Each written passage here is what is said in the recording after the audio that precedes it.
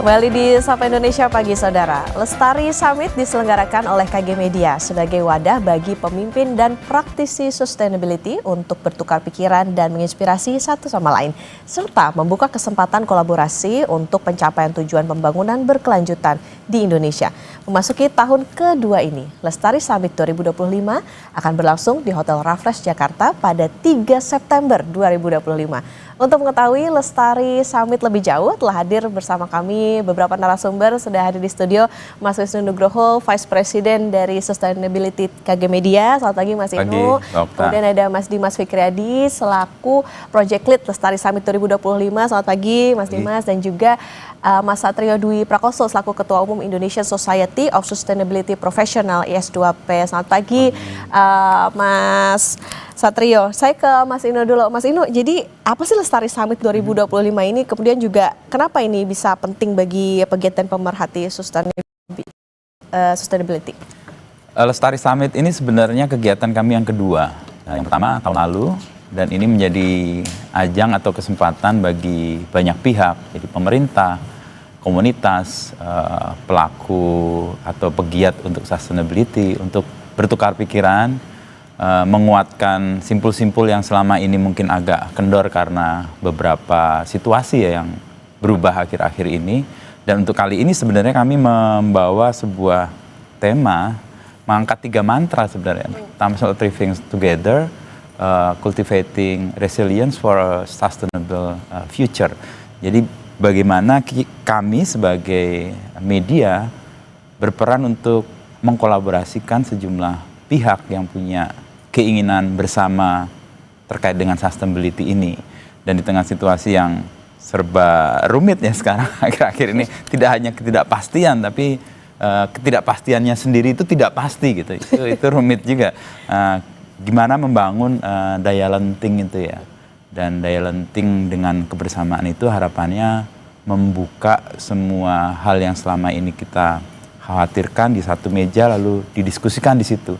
Jadi sebenarnya ini ajakan untuk media terutama yang kami sebagai pembawa suara ya, menyuarakan itu, pemerintah sebagai pembuat kebijakan, pihak industri dan swasta yang melaksanakan itu, dan komunitas yang mengawasi bagaimana tujuan dari pembangunan yang berkelanjutan ini bisa dicapai ya, meskipun tantangannya banyak sekali. Jadi itu rangkaian menuju ke situ sebenarnya. Menuju ke situ ini tentu menjadi satu wadah lah ya untuk bertemu semua stakeholder untuk membicarakan soal sustainability. Saya ke Mas Dimas. Mas Dimas, tadi kan dikatakan Lestari Summit 2025 ini punya 3 fokus diskusi utama. Nah, apa sih yang akan dibahas per segmennya? Kemudian juga siapa pembicara-pembicaranya yang menarik nih? Oke, jadi waktu kita memulai merancang Lestari Summit ini, kami sepakat dengan semangat kolaborasi. Untuk itu kita bekerja sama dengan beberapa organisasi yang jadi knowledge partner gitu ya.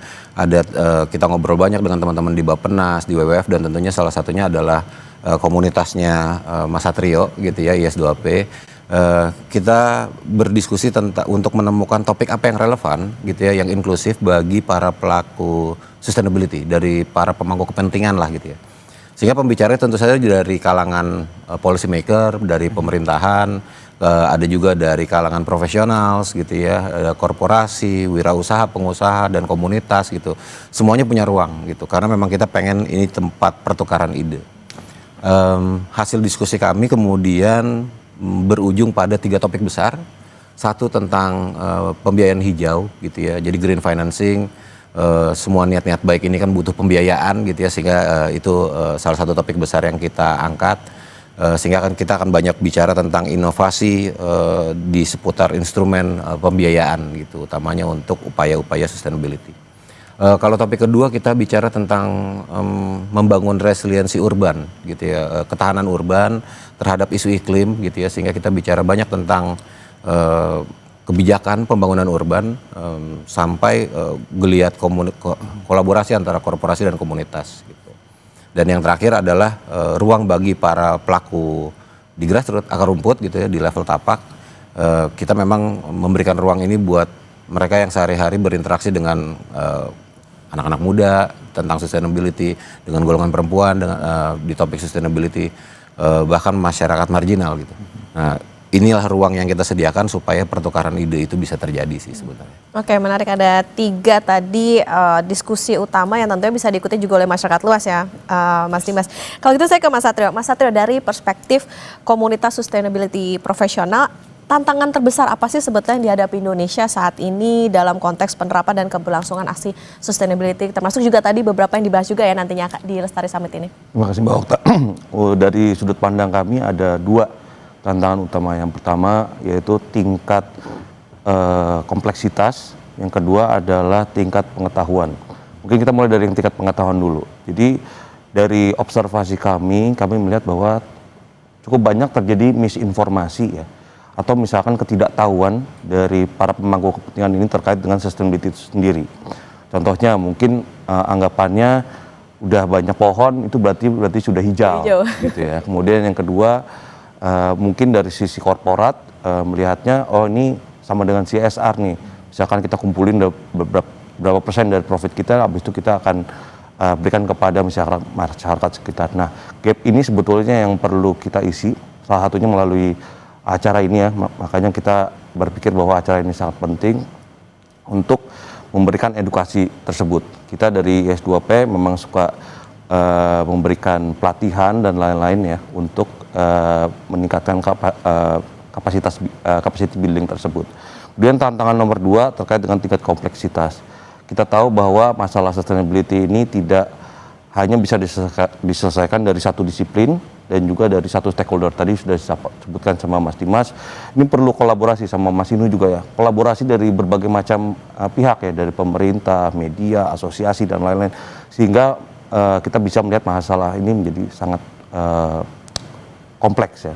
Sehingga dari acara-acara ini seperti Lestari Summit dan Awards ini harapannya bisa menjadi suatu wadah untuk kita bisa bertukar pikiran, kemudian juga bisa belajar dari yang baik-baiknya nih ya.